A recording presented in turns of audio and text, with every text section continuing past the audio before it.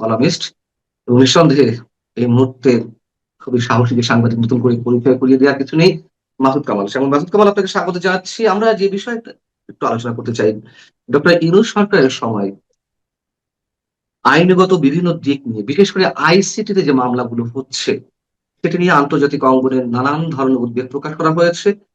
আমি প্রথমে একটু আপনাকে জানতে চাইছি যে যে সাংবাদিকদের বিরুদ্ধে, শিল্পী, সাহিত্যিক, খেলোয়াড়দের বিরুদ্ধে হত্যা মামলাগুলো করা হয়েছিল সেটি নিয়েও নানানভাবে প্রশ্নবিদ্ধ, এবং এটা এস্টাবলিশ যে তাদেরকে ইন্টেনশনালি মামলায় জড়ানো হয়েছে। এখন শোনা যাচ্ছে নতুন করে আহ যে সাংবাদিকদের বিরুদ্ধে হত্যা মামলাগুলো হয়েছিল, সিনিয়র জার্নালিস্ট যারা ছিলেন, সেই মামলাগুলো আবার জাগিয়ে তোলা হবে, অ্যাক্টিভ করা হবে। অর্থাৎ এর মধ্য দিয়ে সাংবাদিকরা নতুন করে আতঙ্কে ভুগছেন। এবং আপনি নিশ্চয়ই জানেন যে নতুন করে সম্ভবত 29 জন শিল্পী, সাংবাদিকের বিরুদ্ধে অভিযোগপত্র দায়ের করা হয়েছে আইসিটিতে, ইন্টারন্যাশনাল ক্রিমিনাল ট্রাইব্যুনালে। এই অবস্থায় আপনার মন্তব্য কি হবে? না, এটা আসলে দেখেন, আমি তো নিজে মনে করি যেটা যে অন্তর্বর্তীকালীন যে সরকারটা হয়েছিল অগাস্টের পরে, মানে 2024-এর 8 অগাস্ট, এটা শুরুর দিকে কি ছিল সে আলোচনা নাই করি, বরং কিন্তু ধীরে ধীরে সেটা একটা জঙ্গলি শাসনে পরিণত হয়েছিল। এটা আমার কাছে মনে হয়েছে। যা ইচ্ছা তাই করেছে, যাকে ইচ্ছা তাকে আইনগত জটিলতার মধ্যে ঢুকিয়ে দিয়েছে। কোনো লজিক নাই, কোন রকম মানে নিয়ম কানুন নাই, কোনো আইনের তোয়াক্কা করা নাই। আমার ইচ্ছা হয়েছে ওই লোকটা খারাপ, অথবা ওই হুম, হুম। লোকটাকে আমি অপছন্দ করি, অথবা ওই লোকটার সঙ্গে অতীতে কখনো একটা ঝগড়া হয়েছিল, এই রোষে তাদের সবাইকে নিয়ে সে মামলা ঢুকে। আপনার মামলাটাই ধরেন না কেন, আপনারা একটা অনুষ্ঠানে গিয়েছিলেন, সেই অনুষ্ঠানে একজন লোক যে মব করলো, যে একজন মোল্লা, কাঠমোল্লা বলেন অথবা জঙ্গি বলেন, তারা যে মব করেছে আপনাদের সঙ্গে, এবং সেই মবকারীদের কথায় তারা আপনাদেরকে অ্যারেস্ট করলো। আপনারা গিয়েছিলেন, আপনি ছিলেন সেখানে শ্রোতা, আপনাকে অ্যারেস্ট করা হলো, আপনাদের আরো কয়েকজনকে অ্যারেস্ট করা হলো। তো মক্কারে কিন্তু কিছু হলো না, সে কিন্তু খুব আনন্দের সঙ্গে সে এখনো সে ঘুরে বেড়াচ্ছে, তার কিছু হলো না। তো এখন এইগুলি কোনো লজিক আছে? পৃথিবীর কোন সভ্য দেশ এই ঘটনাকে স্বাভাবিকভাবে নেবে না। আমাদের এখানে হয়েছে। এখন আপনার মামলা কিন্তু শেষ হয় না, আপনি জামিনে আছেন, মামলা তো শেষ রাইট। হয় না। আপনারটা নিয়ে তো আবার অন্যটার মধ্যে ঢুকাই দিতে পারে। তো জামিনে থাকা মানে আপনি দয়ায় আছেন আসলে, বেঁচে গেলে। হুম, হুম, হুম। অনেক লোককে দয়াও করা হচ্ছে না। তো এখন আমার কথা হলো কি, ওই সময় একটা জঙ্গলি পদ্ধতি ছিল, একটা জঙ্গল রাজ তারা কায়েম করেছিল। কিন্তু এখন তো একটা গণতান্ত্রিক সরকার আসছে, তারা কেন তাদের ধারাবাহিকতাকে অনুসরণ করছে? এই জায়গাটাতে আমি বুঝতে পারি না। আমরা আমি আমি তো ব্যক্তিগতভাবে প্রত্যাশা করেছিলাম যে এই সরকার এসে লজিক্যালি চলবে। এই সরকারের প্রধান নিজে বারবার বলেছেন যে উনি দেশে একটা সুশাসন কায়েম করতে চান, উনি দেশে একটা আইনের শাসন কায়েম করতে চান। কিন্তু ওনারা কেবল আগের গুলিকে অনুসরণই করছেন না, মানে আগের যে ধারাবাহিকতা, আগে যে আমি তো ভেবেছিলাম কি, ওই যে বিভিন্ন রকম 200-300 লোককে আসামি করে একটা হত্যা মামলা করা হয়েছে, সেখানে অপ্রয়োজনীয় লোকগুলিকে মামলা থেকে অব্যাহতি দেওয়া হবে, এটা আমি আশা করেছিলাম। কিন্তু সেটা তো দেওয়া হয়নি। ওই মামলায় যারা জেলে ছিল তাদেরকে আবার আইসিটিতে নেওয়া হয়েছে, মানে আরো জটিল মামলা তাদেরকে ঢুকানো হয়েছে, যেখান থেকে নাকি তারা বেরোতেই না পারে। আবার পাশাপাশি নতুন নতুন মামলা হচ্ছে, নতুন নতুন আসামি অন্তর্ভুক্তি হচ্ছে। কারা আবেদন করছে দেখেন আপনি, মামলার বাদী কারা দেখেন আপনি, এক একজন উদ্ভট উদ্ভট সব, মানে কতগুলি মানে উদ্ভট লোক, এটা বায়বীয় লোক এসে নিয়ে হঠাৎ করে একটা মামলার বাদী হয়ে যাচ্ছে, এবং তারা বাদী হয়ে তাদেরকে কেউ চিনে না। সোসাইটিতে তাদের কোনো মানে তাদের কোন রকম গ্রহণযোগ্যতা আছে বলে আমি মনে করি না। সেই লোকগুলো এসে যাদেরকে তার অপছন্দ, যাদেরকে বিব্রত করতে হবে, এদের সবাইকে আসামি করে দিয়ে দিল, এবং তখন সবাই আতঙ্কে থাকে। এই যে বিষয়টা না, এটা আমি মনে করি যে এটা সরকারের জন্য, সরকারের ইমেজের জন্য এটা অনেক বড় একটা ক্ষতির কারণ হচ্ছে। কিন্তু যদি এই জিনিসটা সরকার না বুঝে এখন, তো সরকার যদি নিজে থেকে বলে না আমরা আত্মঘাতী সিদ্ধান্ত নিতে পারে, কিন্তু তার পরিণতি সম্পর্কেও কিন্তু সরকারকে সতর্ক থাকতে হবে ভাই। এগুলো আমরা আগে বহু দেখেছি। আমরা হাসিনার আমলে দেখেছি এই সমস্ত ঘটনা, যে যা ইচ্ছা তা করার একটা মানসিকতা। কিন্তু তার পরিণতি কি হয়েছে সেগুলো একটু মাথায় রাখলে ভালো হয়। এই যে যাদের বিরুদ্ধে হত্যা মামলা করা হয়েছে এটা তো ওপেন সিক্রেট, আমি প্রথমে যেটা বলছিলাম যে এগুলো একেবারে ইন্টেনশনালি করা হয়েছে, কিন্তু সাংবাদিকদের পক্ষ থেকে, সিনিয়র সম্পাদকদের পক্ষ থেকে আহ একটা তালিকা দেওয়া হলো প্রধানমন্ত্রীর কাছে। প্রধানমন্ত্রী নিজে চাইলেন, আচ্ছা ঠিক আছে, যে মামলাগুলো নিয়ে আপনাদের আপত্তি রয়েছে সাংবাদিকদের ক্ষেত্রে, আপনারা একটা তালিকা দিন, আমরা যাচাই বাছাই করে দেখবো। তো একটা তালিকা দেওয়া হলো, সম্ভবত 243 বা 343 এই টাইপের একটা সংখ্যা, যাদের বিরুদ্ধে একেবারে ফেক মামলা করা হয়েছে। মামলা মানে তালিকা দেওয়া হলো, তারপরে উল্টো এই কাজগুলো ঘটছে কেন? এবং উপরন্তু আবার নতুন নতুন করে সাংবাদিকদের বিরুদ্ধে অভিযোগপত্র দায়ের করা হচ্ছে। আপনার কি মনে হয় যে পিছনে কেউ অন্যভাবে কাজ করছে?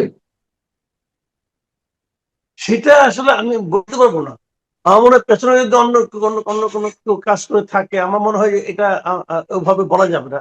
তবে আমার কাছে আমি যেটা ধারণা করি, যে সরকারের নিজের মধ্যেই কিছু আছে, অন্য পেছন থেকে বলতে হবে না। কারণ সরকার যদি নিজেই হয়তো চায়, নিজেই সরকারের যে চেহারাটা ধীরে ধীরে পরিষ্কার হবে আমাদের কাছে, আমার যেটা ধারণা, যে সরকারের এটা করা উচিত না, এক নম্বর কথা। আর দুই নম্বর কথা হলো, যদি দেখেন সাংবাদিকদের মাঝখান থেকে তালিকা দিতে হবে কেন? আপনি তালিকা সাংবাদিকদের দেওয়া, সম্পাদকদের দেওয়া তালিকা দেখে আপনি ছাড়বেন? আপনি তো আপনার মতো করে বিচার করবেন, আইন বিচার করবে। এবং আইন যদি আইনের মতো করে চলতো, বাংলাদেশে যে আইনটা আছে, যে আইনটা চলে, সেই আইন যদি আইনের মতো করেই চলতো, তাহলে তো এই সাংবাদিকরা অনেক আগেই মুক্তি পেয়ে যেত। রাইট। আগের সরকার আইনকে আইনের মতো চলতে দেয়নি, আইনকে তারা তাদের ইচ্ছা অনুযায়ী চলতে বাধ্য করেছে, যে কারণে তাকে মুক্তি পায় নাই। আপনি ধরেন, আমার এখানে একটা অঘটন ঘটলো, একজন লোক মনে করেন মারা গেল, একজন লোক বাস করে মনে করেন সে শরীয়তপুরে, আমি তাকে আসামি করে দিলাম। কি বললাম, যে যখন এই লোকটা এখানে মারা যায়, যখন এই লোকটা এখানে মানে এভাবে গুলি খেলো, তখন ওই লোকটা তো কোনো সমবেদনা প্রকাশ করে নাই, কোনো উহ আহ এই ধরনের শব্দ উচ্চারণ করে নাই, তার মানে সে হলো হত্যাকারী দোষর, বলে তাকে আমি আসামি বানাই দিলাম ভাই। তো এই জিনিসটা কি আইন প্রয়োগকারী সংস্থা বুঝবে না? কমন সেন্স কি তাদের নাই? যে ওইখান থেকে উহ আহ না বললেই সে দোষর হয়ে গেল? তো আর সে উহা করছে কি করে নাই, সেটাই না আপনি বুঝলেন কিভাবে? সেটাই আপনি বুঝলেন কিভাবে? একজন লোক মারা গেছে, ওই দিন কি বাংলাদেশের সমস্ত লোক, হাতি যখন মারা গেল, ওই দিন কি হুম। বাংলাদেশের সমস্ত রেস্টুরেন্ট বন্ধ ছিল? হাতি মারা গেছে, যাতে আমরা সব রেস্টুরেন্ট হুম। বন্ধ রাখবো, যাতে আজকে কেউ নিহারি খাইতে না পারে? এটা কি ছিল ওই দিন বলেন? সমস্ত রেস্টুরেন্ট চলছে, সমস্ত রেস্টুরেন্টের সমস্ত খাবারও বিক্রি হয়ে গেছে, কোনো একজন লোক এক জায়গায় বসে নিহারি খাইছে, অতএব সে হলো আসামি, হুম। তাকে ধরে নিয়ে যাও। তো এই যে বিষয়গুলো, এইগুলি কি কোনো লজিকের মধ্যে পড়ে, কোনো আইনের মধ্যে পড়ে? আপনি আমাকে বলেন, এটা কোনো আইনের মধ্যে পড়ে? পড়ে না। নিঃসন্দেহে পড়ে না, কিন্তু এটা তো করতেছে। হ্যাঁ। এবং আমার কথা হলো যে তখন জঙ্গল রাজ ছিল ভাই, জঙ্গলি আইন ছিল, জঙ্গলি আচরণ ছিল, সেটাকে নয় আমরা সহ্য করেছি, জঙ্গলি হিসেবেই সহ্য করেছি। এখন যদি ওটা এখনো যদি আপনি চালান, তাহলে আপনার সরকারকে আমরা কিভাবে অভিহিত করব? আমরা তো আপনার কাছে লজিক্যাল অ্যাটিটিউড আশা করি। এখন কি তার চেয়ে আরো বাড়ছে কিনা? তার কারণ ওই সময় সাংবাদিকদের মধ্যে একটি গোষ্ঠী অবশ্যই দালালি করেছে। আমি শব্দটা বলতে, উচ্চারণ করতে খারাপ লাগে, তারপরে স্রেফ বাংলা শব্দ, দালালি করেছে, চাটুকারিতা করেছে, হাত কচলেছে প্রধানমন্ত্রীর সামনে আছে। কিন্তু এই মানুষগুলো কি হত্যা করতে পারে? যেমন এক একজন 3 দশক, 3.5 দশক ধরে সাংবাদিকতা করছেন। আপনি জয় মামুন, মুন্নি সাহা, কিংবা আমি ইকবাল সোহান চৌধুরীর কথা শুনলাম, যিনি, যার বিরুদ্ধে অসংখ্য অভিযোগ, তার কথাও ধরলাম। হত্যা করতে পারে। প্রভাস আমিন, তার বিরুদ্ধে অনেক অভিযোগ থাকতে পারে, কিন্তু এই মানুষগুলো হত্যা করতে পারে। এবং এই যাদের কথা বললাম, এরা আবার মাঝখানে মবের শিকার হলো, মাঝখানে মগবাজার আবার মবের শিকার হলো, ভাগ্যক্রমে যে কোনো ভাবে বেরিয়ে আসতে পেরেছে। আমার যে প্রশ্নটা ছিল যে আওয়ামী লীগের সময় অনেক কিছু হয়েছে, আমাদের চোখে আপত্তিজনক অনেক কিছু হয়েছে, কিন্তু সেটি আবার বাড়ছে কিনা? না, আওয়ামী লীগের আমলে, না আওয়ামী লীগ আমলে অন্য কথা ভাই, ওটা ওটা অন্য জিনিস। আওয়ামী লীগ আমলে কখনো এরকম হয় না। সত্যি কথা বলছি আমি। আওয়ামী লীগ আমলে সাংবাদিকদের উপর নানা ধরনের চাপ ছিল, কিন্তু এইভাবে নিয়ে জেলে ঢোকানো এবং এইভাবে এটা হয় নাই। দু একজন সাংবাদিককে গুমও করা হয়েছে, এটাও ঠিক আছে, ওটাই অস্বীকার করি না, ওগুলি অন্যায় ছিল।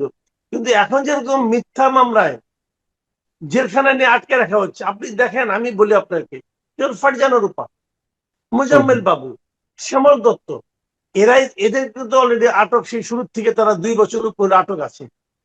তাদের বিরুদ্ধে মামলাগুলি কি, অভিযোগগুলি যেগুলো আছে, অভিযোগগুলি যে কোনো লোককে প্রকাশ করেন আপনি। যে উত্তরায় একটা লোক মারা গেছে, ওই মামলা তো ফারজানার উপর যায় কি বন্দুক দিয়ে গুলি করছে, তারা সেটাই তো কেন প্রশ্ন। আপনি আটকাবেন? মুজাম্মেল বাবু কি করছে? আচ্ছা আপনি আমাকে বলেন রে ভাই, বাংলাদেশে একটা পুলিশ যদি তার ওসিটাকে অর্ডার না দেয়, সে গুলি করতে পারবে? আবার ওসি কে যদি এসপি অর্ডার না দেয়, এসপি ওসি কি বলতে পারবে তুমি গুলি করো? এগুলো তুমি একটা ধারাবাহিকতা। এইভাবে উঠতে উঠতে আপনি কোন পর্যন্ত উঠবেন? আইজিপি পর্যন্ত উঠবেন। আইজিপি না বললে এগুলো হয়েছে, কিন্তু কিছুই হয় না। আবার আইজিপি কে বলছে? স্বরাষ্ট্রমন্ত্রী বলছে। স্বরাষ্ট্রমন্ত্রীকে কে বলছে? প্রধানমন্ত্রী বলছে। ঠিক আছে, আপনি প্রধানমন্ত্রী, স্বরাষ্ট্রমন্ত্রী, আইজিপি পর্যন্ত রাখেন। আপনি তো আইজিপি কে আবার রাজসাক্ষী বানাই দিচ্ছেন।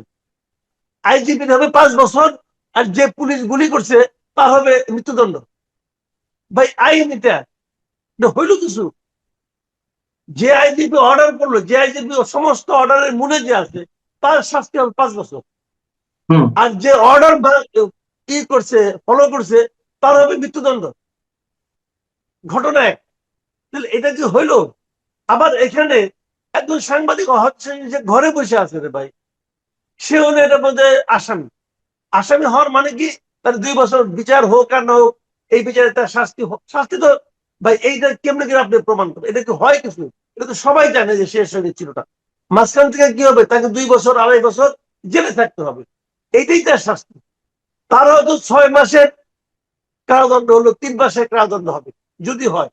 কিন্তু তাকে যে আপনি 2.5 বছর জেল খাটাই দিলেন রে ভাই, যে এই লোকটা ফ্যামিলি নাই, এই লোকটা ছেলে মেয়ে নাই, ওই ছেলে মেয়েগুলিকে এই দেশের নাগরিক না, তাদের প্রতি আপনি এই আচরণটা কেমনে?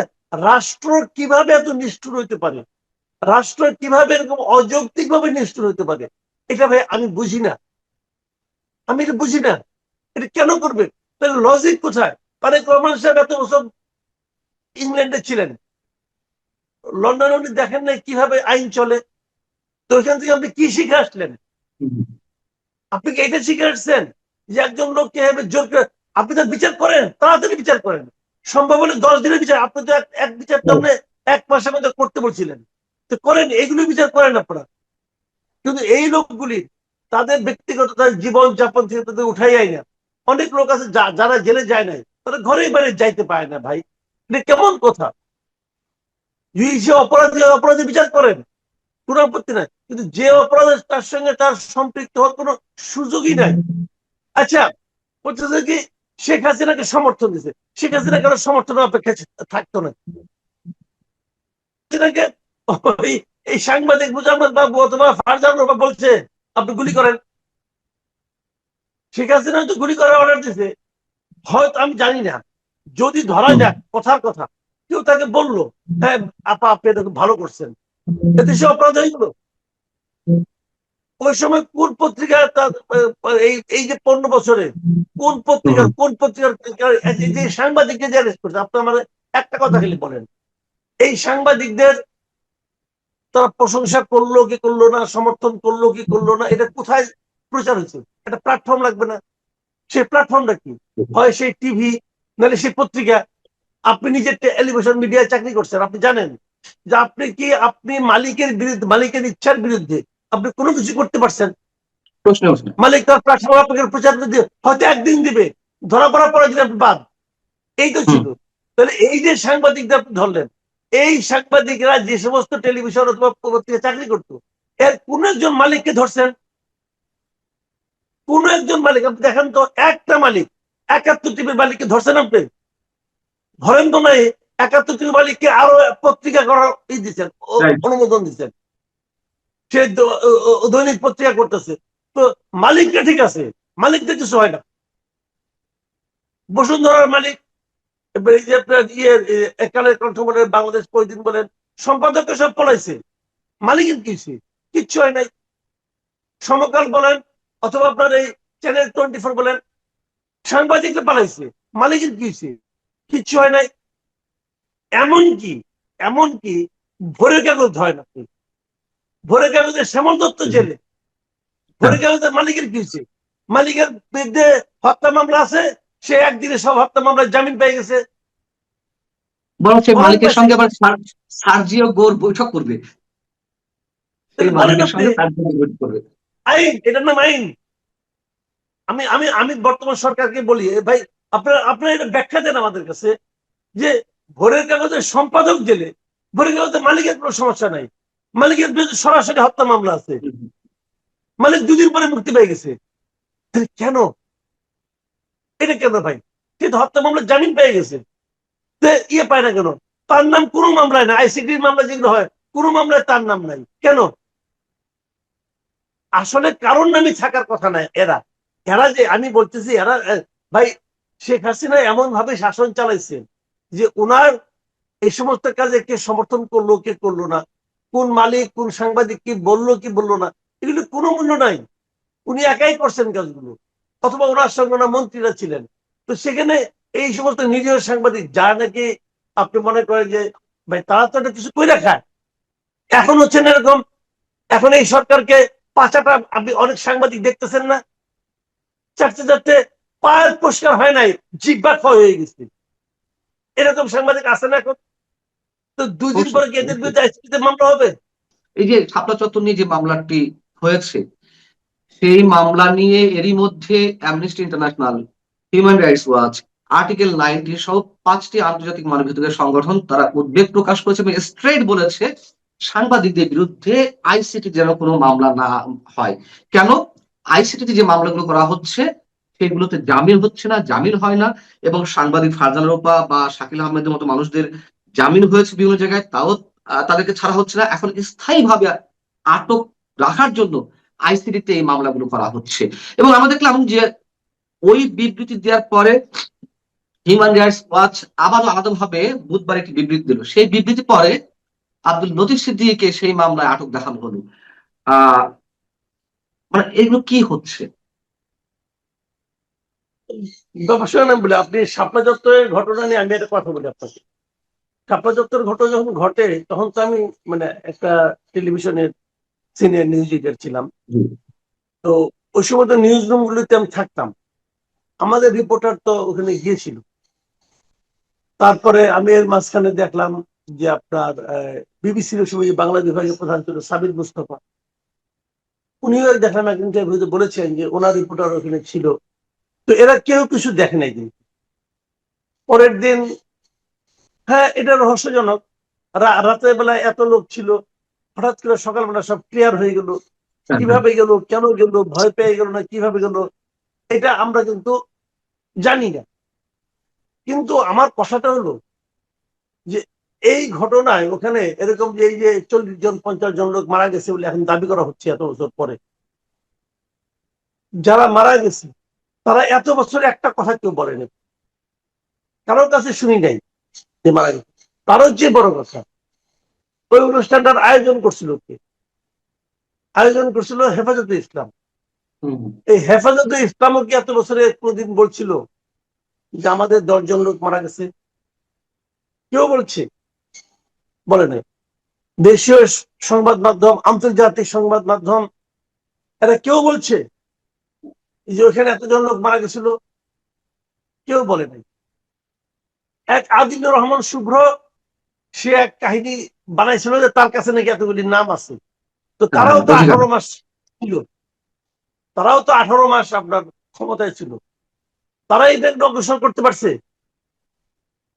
আমরা দেখলাম তারপরে দিগন্ত টেলিভিশন বন্ধ হয়ে গেল। দিগন্ত টেলিভিশন বন্ধ হওয়াটা খুবই অন্যায় হয়েছে। দিগন্ত টেলিভিশন, ইসলামিক টেলিভিশন বন্ধ করছে।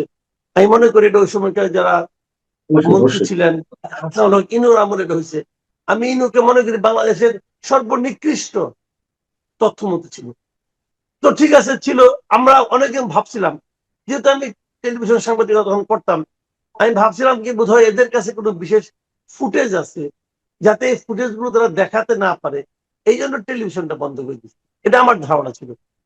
এবং সেই ধারণা বশবর্তী হয়ে যখন আওয়ামী লীগ সরকারের পতন হলো 24-এ, তখন আমি আশা করছিলাম এখন বোধহয় সেই লুকিয়ে রাখা ফুটেজ গুলো বের করা হবে, দেখানো হবে কিভাবে মারা হয়েছে।